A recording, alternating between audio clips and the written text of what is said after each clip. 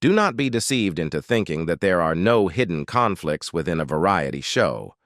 In reality, Saturday Night Live exposes the harsh reality. Despite meticulous preparation, SNL is renowned for its chaotic atmosphere behind the scenes. It was Jane Curtin, the show's leading actress, who unveiled the tense drama concealed from the viewer's eyes, shattering any illusions held by fans. To delve deeper into these behind-the-scenes struggles, watch the entire video to its conclusion. Jane Curtin, a comedic powerhouse, has left an indelible mark on the entertainment industry thanks to her remarkable contributions to Saturday Night Live, SNL, for over 5 decades. As one of the original cast members of the iconic sketch comedy show, her journey has been filled with laughter, innovation, and more than a fair share of behind-the-scenes drama. Curtin's tenure at SNL began in 1975, when the show was still finding its footing as a revolutionary late-night program. Alongside her talented colleagues, including Chevy Chase, John Belushi, and Bill Murray, she played an instrumental role in shaping the show's unique blend of humor. As one of the few women in the cast during those early years, Curtin faced both challenges and triumphs, ultimately paving the way for future generations of female comedians. One of the most enduring rumors surrounding Curtin's SNL days involves the infamous 1978 altercation between Chevy Chase and Bill Murray. For the first time ever, Curtin is ready to confirm the details of that legendary backstage fight. While remaining tight-lipped about the specifics, she offers a glimpse into the intense personalities and rivalries that occasionally bubbled to the surface among the talented cast members. However, it wasn't all drama behind the scenes.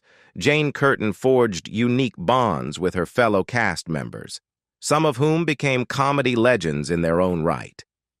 Her friendship with John Belushi was particularly special, and she fondly recalls the memorable moments they shared both on and off the set. Curtin also shares insights into her professional and personal relationship with SNL creator and producer Lorne Michaels, shedding light on the dynamics that fueled the show's groundbreaking success.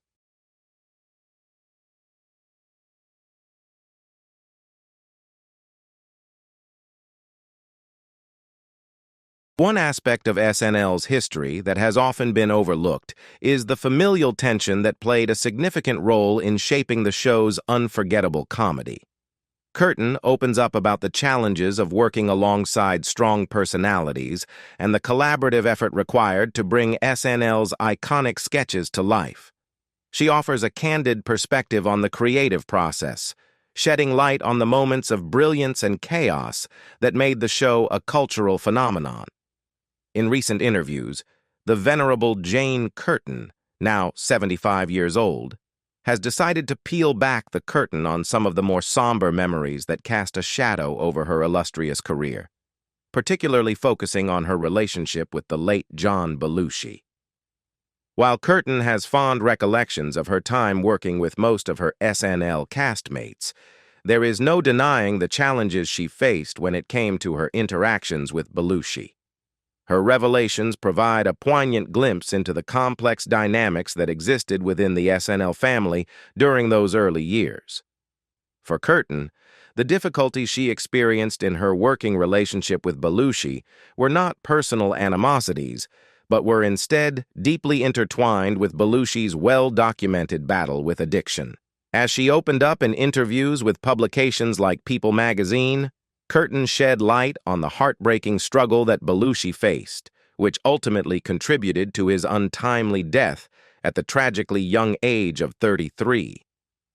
Jane Curtin's candid revelations about her experience with John Belushi shed light on the somber reality that existed behind the scenes of Saturday Night Live.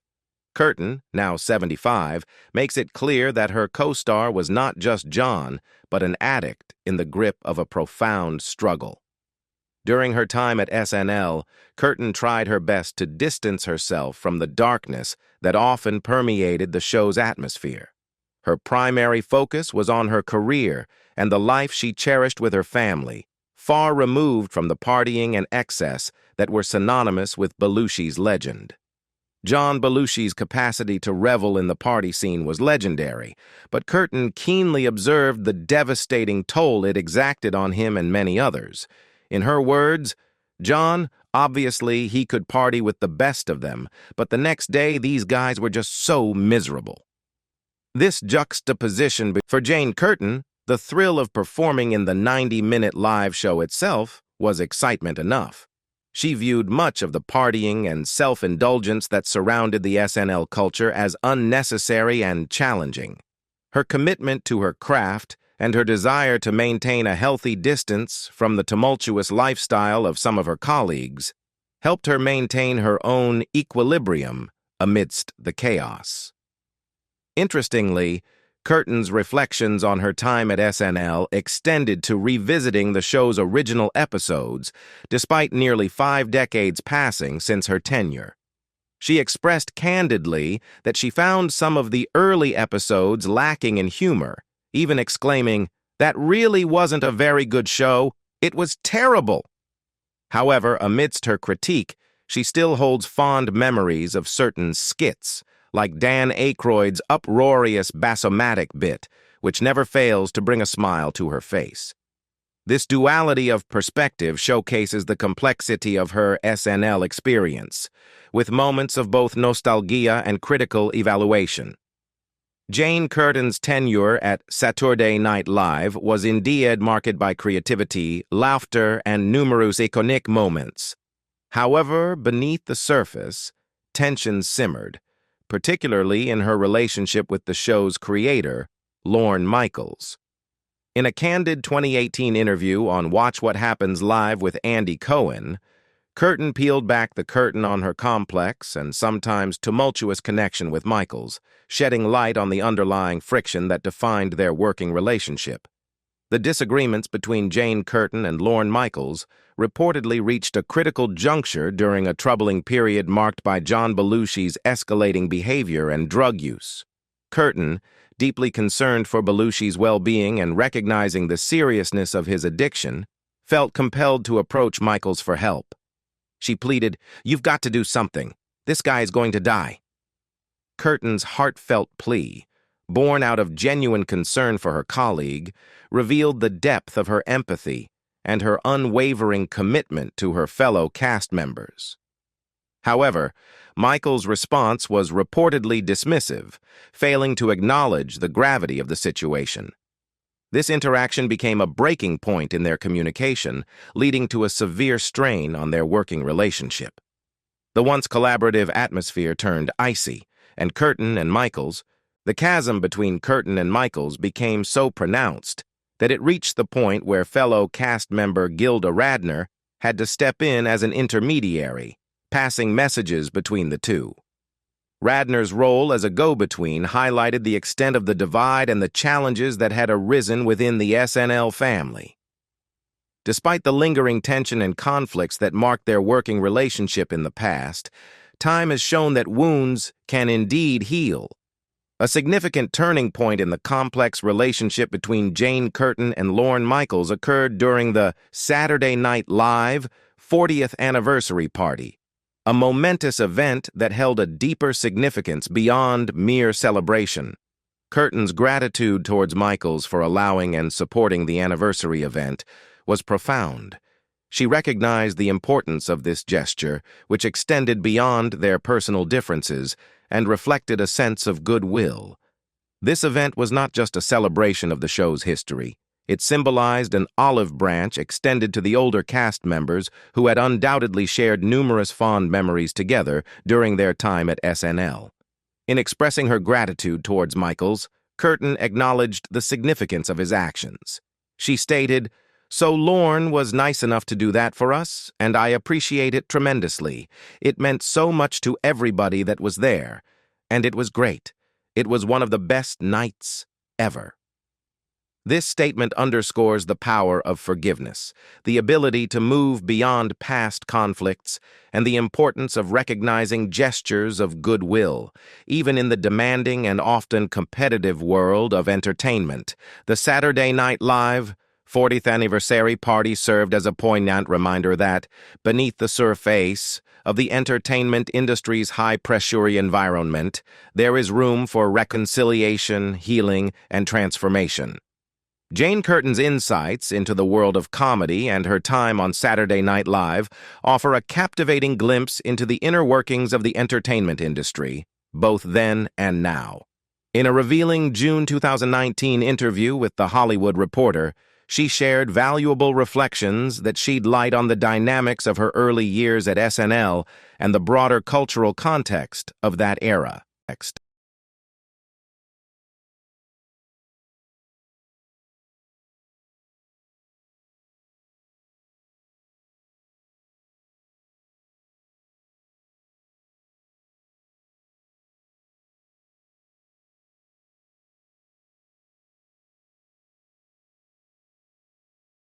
During her formative years at SNL, Curtin discovered her niche as the straight person in sketches, a role that allowed her to shine without feeling threatened by the comedic chaos around her. Her ambition was refreshingly straightforward, to contribute one memorable thing to each show and avoid the need to fight for material. This approach reflected her dedication to her craft and her ability to carve out her space within the competitive landscape of sketch comedy. Curtin's recollections in the interview painted a vivid picture of the societal and cultural backdrop of her time at SNL. She recalled an era marked by the prevalence of drugs, rampant misogyny, and a lack of awareness regarding cultural appropriation. Her candid portrayal of the challenges faced by women in comedy during that period serves as a stark contrast to the more inclusive and aware landscape of today's entertainment industry. One particularly striking aspect of Curtin's reflections was her description of the blatant sexism she encountered at SNL. These experiences stood in stark contrast to the equal treatment she enjoyed within her improv group in Cambridge, Massachusetts. This disparity underscored the persistent gender inequities that women in comedy had to confront during the 1970s, even as they were breaking new ground in the industry. Furthermore, Curtin expressed her shock at the dismissal of the Equal Rights Amendment during that time, highlighting the cultural stagnation and resistance to progress that existed in the broader society. Her candid assessment serves as a poignant reminder of the societal challenges that women and advocates for gender equality faced during that era. Jane Curtin's journey in the entertainment industry, as revealed through her interviews, has been a remarkable evolution from her early days on Saturday Night Live to her later role on Kate and Ally, providing a deep understanding of the power of relatable storytelling and the challenges that persist in comedy and entertainment.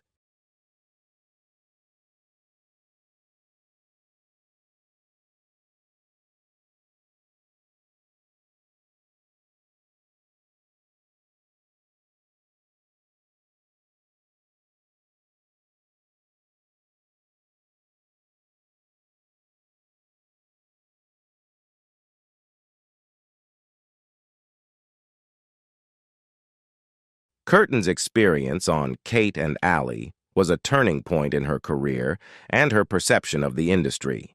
It opened her eyes to the profound impact that relatable storytelling can have on people's lives.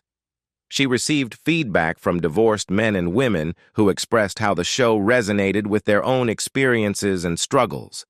This acknowledgement transformed her view of the show from something potentially hokey to something genuinely meaningful and affirming. It underscored the potential for television to not only entertain but also touch the lives of its viewers in a profound way. Reflecting on her time at SNL, Curtin offered valuable insights into the intensity of political satire, a challenging art form she encountered during her early years on the show. She acknowledged that political satire was always demanding, but it was especially so during the Watergate era, a time marked by political turmoil and scandal. Her candid revelations hinted at the immense pressure and responsibility that came with providing comedic commentary on such significant and divisive events. Furthermore, Curtin did not shy away from addressing past sexist jokes, moments of cultural insensitivity, and the ongoing divisions in the country.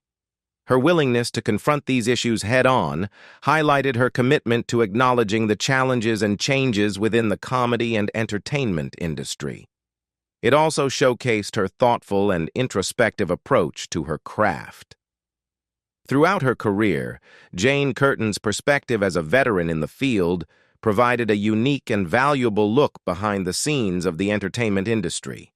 Her experiences, as shared with The Hollywood Reporter and other outlets, offered a deeper understanding of the changes, challenges, and lingering issues that have persisted in comedy and entertainment over the years. Saturday Night Live, with nearly 50 years on the air, has indeed seen its fair share of on-screen mishaps and behind-the-scenes dramas. However, according to two of the show's inaugural cast members, Jane Curtin and Lorraine Newman, one of the most infamous and emotionally charged fights in the history of SNL took place during its early years.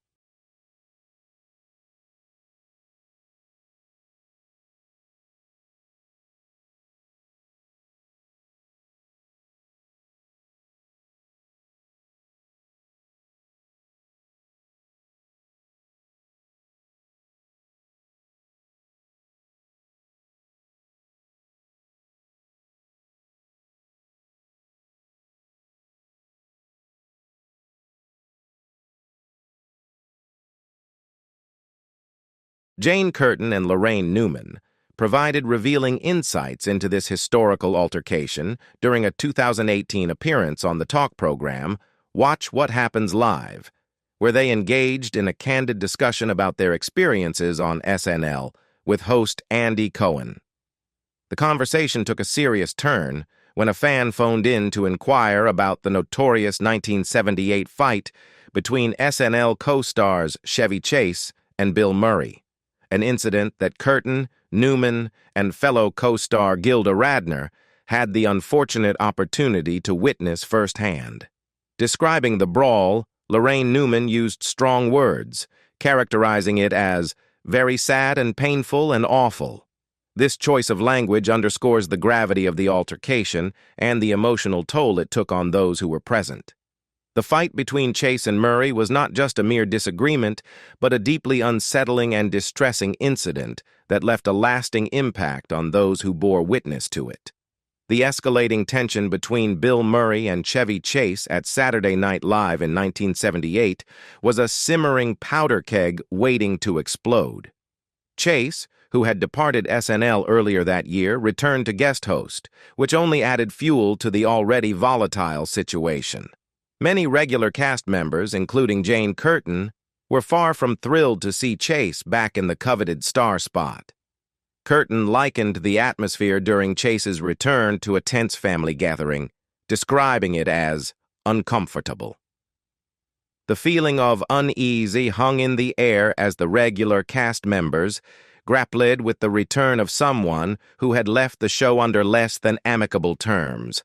While most of the cast chose to keep their discomfort below the surface, Bill Murray, who had been brought in to replace Chase, decided to confront the tension head-on. According to Curtin, the clash between Chase and Murray felt like a battle between two alpha males, with testosterone surging and emotions running high. The confrontations were inevitable, given the circumstances.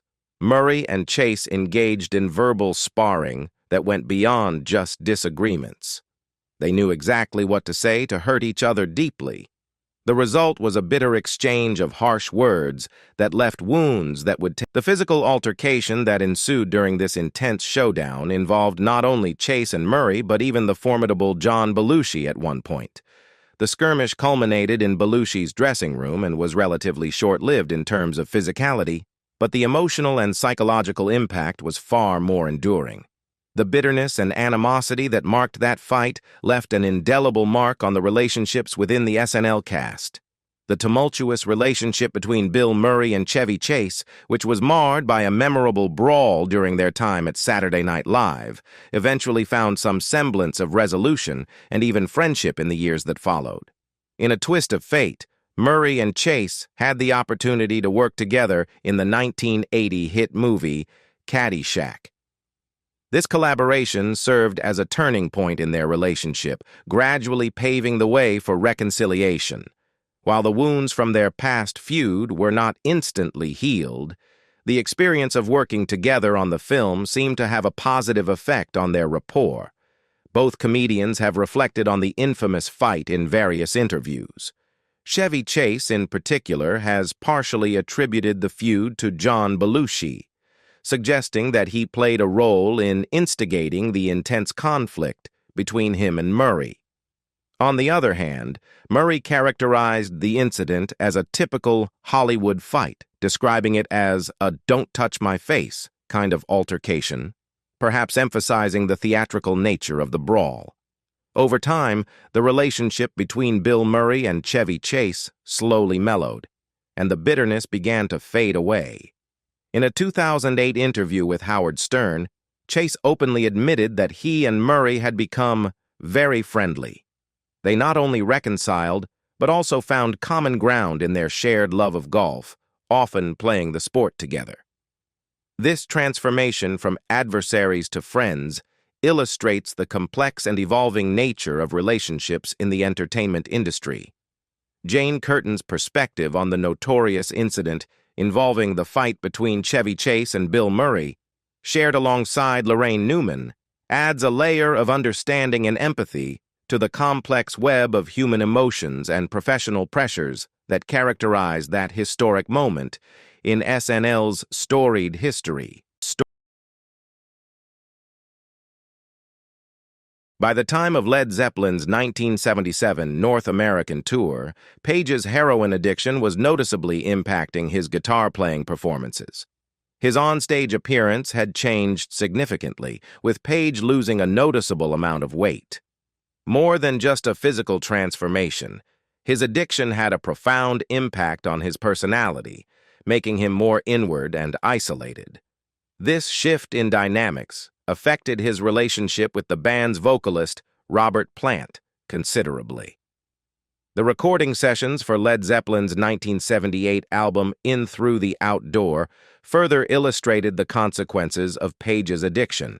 His diminished influence on the album, compared to bassist and keyboardist John Paul Jones, can partly be attributed to his heroin addiction. Page's absence from the studio for long periods of time due to his addiction made it challenging for him to contribute effectively to the creative process. Jimmy Page's battle with substance abuse continued into the early 1980s, with heroin being a particularly challenging habit for him to overcome. Despite the difficulties he faced, there were notable events and statements that shed light on this period in his life. Reports indicate that Page managed to overcome his heroin addiction in the early 1980s, marking a turning point in his personal journey. However, his struggles with substance abuse were not entirely behind him. In 1982 and again in 1984, he found himself in legal trouble for possession of cocaine. The penalties for such offenses could have been severe, but Page was fortunate to receive relatively lenient punishments. In 1982, he was given a 12-month conditional discharge, and in the face of a second offense, which typically carried a jail sentence, he was fined instead. In a 1988 interview with Musician magazine, Page took offense when the interviewer brought up his association with heroin and insisted, "Do I look as if I'm a smack addict? Well, I'm not. Thank you very much." This reaction reflects his desire to distance himself from his past struggles and emphasize his commitment to moving forward. In a later interview with Q magazine in 2003, Page was asked whether he regretted getting so deeply involved with heroin and cocaine. His response provided insight into his perspective. In addition to her stage work, Curtin has lent her distinctive voice to narrate several audiobooks, including Carl Hiaasen's novel, Nature Girl. Her narration skills bring literature to life, making her a sought-after choice for audiobook projects. Curtin's talents extend to the world of television game shows as well. In 2010, she demonstrated her knowledge and quick thinking as a contestant on the Jeopardy! $1 Million Celebrity Invitational. Placing second in the tournament, she won $250,000 for the U.S. Fund for UNICEF, showcasing her commitment to philanthropic endeavors. Furthermore, Curtin has had the honor of presenting awards at prestigious ceremonies